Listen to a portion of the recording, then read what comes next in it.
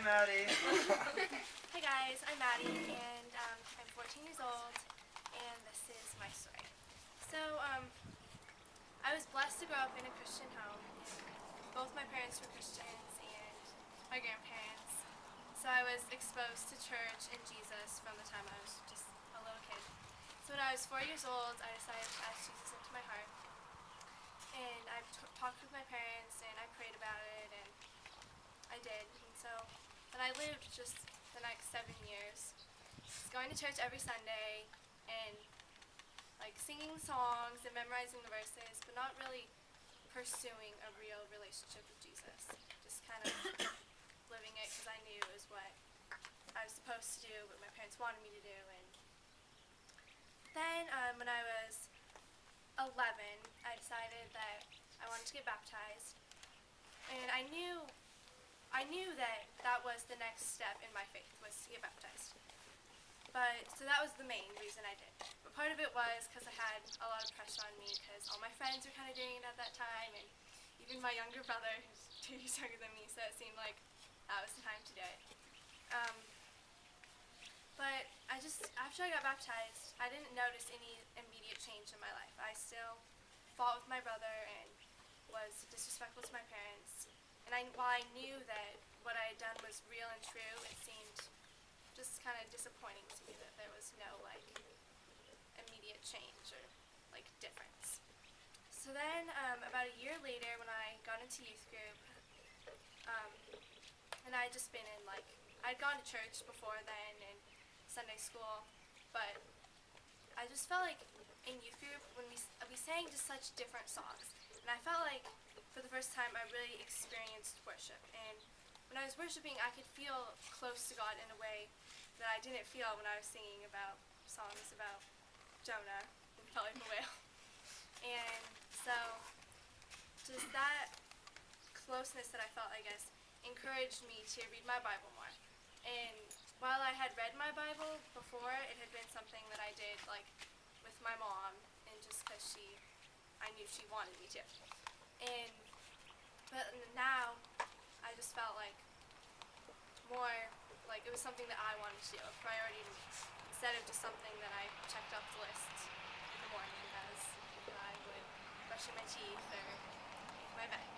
So just then reading my Bible, I felt like I could get instruction from it, and it was telling me how I was supposed to live, and it just became easier to be nice to my brother and not backtalk my mom so much.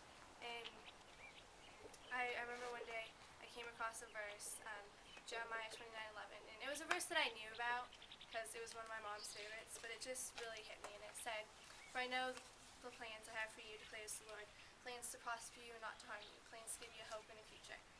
And I just realized that God does have a plan for me, and it's not my parents' plan for me or something that my parents are doing for me. It's God's plan for me. And I just realized that on the days that I read my Bible, I was a nicer person than when I decided to get an extra 20 minutes of sleep in the morning. And while it's still hard, and I'm never perfect at all, it's when I'm closer to God and I'm praying and reading my Bible, I just find that it's a lot easier. So I guess my story isn't really it's this big landmark moment where I was I need God now. Because I'd always believed and known that He was there, it's just kind of been a gradual process that got me to where I am now. And I think that my testimony isn't over yet, or my story, just say testimony, that it's just kind of beginning, and maybe 10 years from now it'll be better and different, but that's it for now.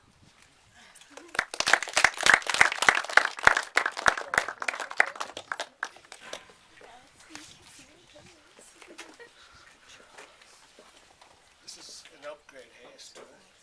And not sit on the floor this week, but today. This week. We've done so much stuff. It seems like each day has been a week, basically. Things I appreciated, and I noticed about both of those testimonies, is Tom talks a lot about having a purpose. He lived his life in his early years without a purpose, just kind of hanging out, doing his own thing, having fun. And God found him and gave him a purpose. And since that, God has gifted him. He's helped him move out of his cell. He's helped him grow. And Maddi used a word that was pretty similar. She said, God gave me a plan. And he gave me a plan for my life. That's the word you use, right? Plan for my life. And yeah, we each one of us, we have a purpose, a plan. Another word you could use is a story that is so unique and so gifted by God. And each one of you guys have a plan. And like Maddi said, it's a journey. And as we continue to live and grow, our stories change and they continue to grow. And in what ways is your stories growing right now? Are you growing closer to God, or are you guys growing away from God?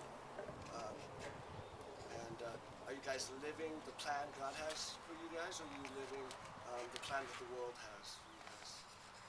And just as the night goes on, I want you guys to kind of think like, what plan, whose purpose am I following? Am I following my purpose, or the world's purpose, or am I following God's purpose for me? And yeah, we'd love to talk to you guys more about what it means to follow God's purpose, to follow His plan. And so any one of us would love to talk to you guys about that. And I think I'll pray, and then after that we'll just hang out for a while, play some more games. We can play volleyball, eat some food and stuff. And then after that we're going to go back to the church and do some worship time, so you guys are invited to come with us and then just hang out and stuff for a while. So let's bow our heads. Thank you, God, for this night, and just thank you for being such an amazing God who's given us each a purpose and each a plan. I just pray that you just help us figure out what that plan is. And thank you, God, for who you are.